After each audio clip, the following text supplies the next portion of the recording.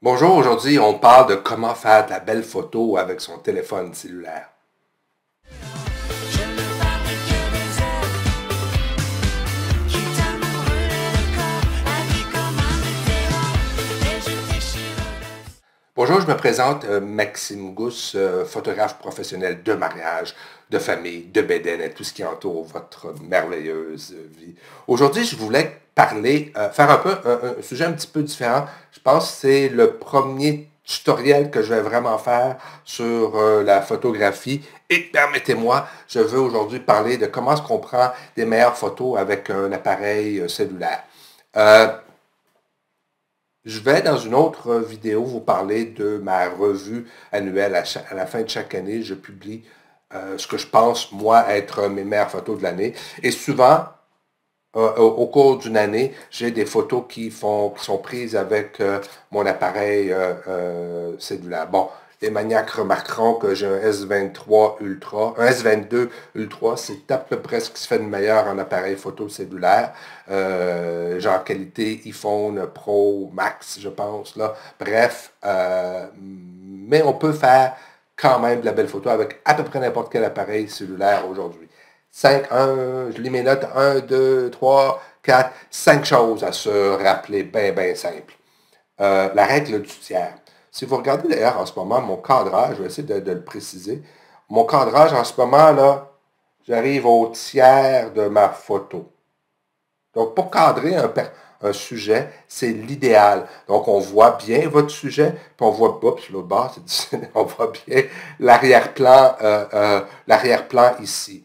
Ne cadrez pas votre sujet dans le milieu. Pas parce qu'on voit ma chaise puis ma prise électrique là, derrière. C'est compliqué.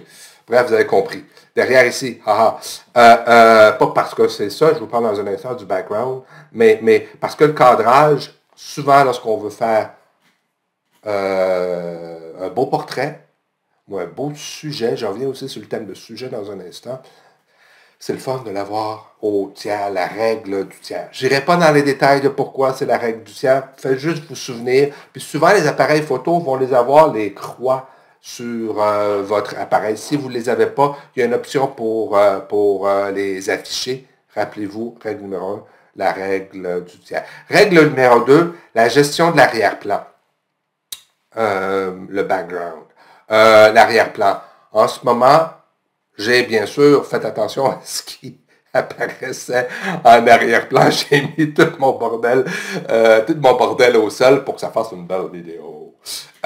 Mais sérieusement, vous êtes en train de prendre une photo, puis là, dire, OK, j'ai un beau sujet qui est là, mais avez-vous pensé que peut-être si on se tournait peut-être comme ça, qu'on aurait un meilleur arrière-plan? Vous êtes dans un parc public, disons. Vous ne voulez pas avoir la poubelle du parc en arrière-plan, par exemple. Vous ne voulez pas avoir le stationnement avec les autos garées en arrière-plan. Vous voulez peut-être avoir plus d'arbres ou une petite rivière s'il y a une rivière, ou une fontaine s'il y a une fontaine, ou des fleurs s'il y a des fleurs. Bref, pensez à votre arrière-plan. Troisième truc, l'horizon. Encore une fois, je vous le mentionnais dans la règle du tiers, il y a peut-être des barres sur votre téléphone pour vous assurer d'être donc au niveau quand vous prenez une photo. Là, ça n'a pas dû bien sortir le son parce que j'ai bloqué mon micro, mais tant pis. Assurez-vous d'être au niveau. Donc, par exemple, il y a des choses qui doivent absolument être au niveau. Un lac. Avez-vous déjà vu des lacs? J'exagère, là. Avez-vous déjà vu des lacs qui sont penchés comme ça, par exemple? Avez-vous déjà vu des clôtures de balcons qui sont penchées? Bon, d'accord, on peut aller dans une maison qui est un peu en ruine, mais bon, vous avez compris. Ma tablette derrière, est-tu droite? Elle est droite.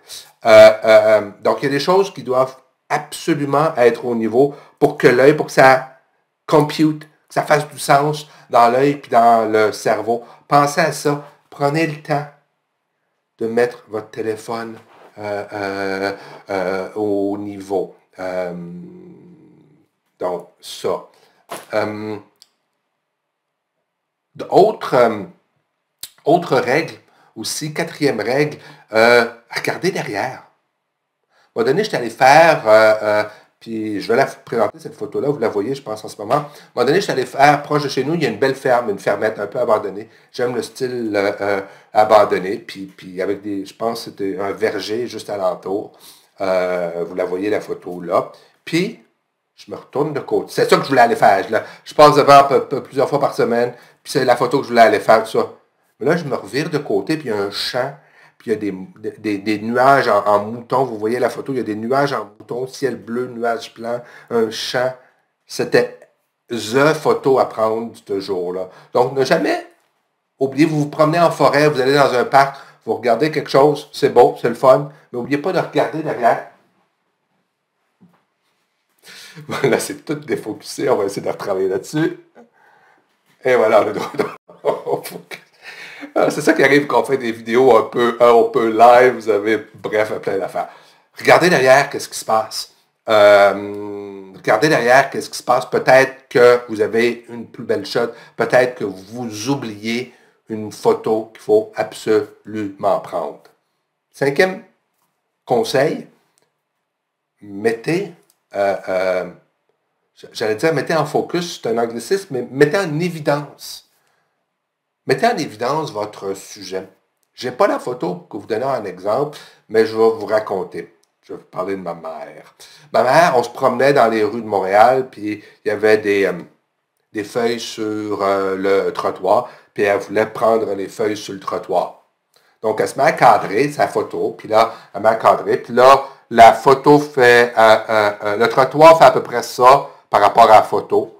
Le ciel fait à peu près ça, puis on ne sait pas quoi qu'elle voulait prendre. Puis je savais que c'est ça qu'elle voulait prendre parce que c'est donc bien beau. Elle sort son téléphone, puis elle se met à cadrer. Mais si tu veux prendre le trottoir avec les feuilles, assure-toi que peut-être sur ta photo, ta composition, donc sur ton écran, que ça prenne la majorité de l'écran. Je vous partage une photo en ce moment que j'ai prise dans le sud à un moment donné sur la mer. Et puis, moi, ce que je voulais prendre là-dessus, c'était les nuages. Vous voyez que les nuages font à peu près 80-90% de la photo. L'eau, le cerveau sait c'est quoi de l'eau. Puis le cerveau va rajouter automatiquement que l'eau elle continue en bas, hors du champ de la caméra.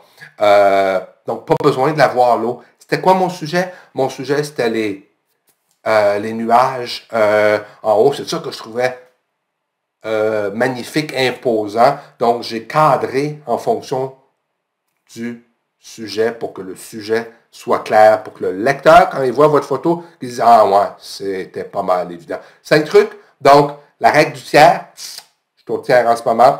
La gestion du background, de l'arrière-plan. Essayez de nettoyer l'arrière-plan. Gardez votre écran, votre téléphone à l'horizon. Quand c'est un lac, ça doit être droit, n'est-ce pas?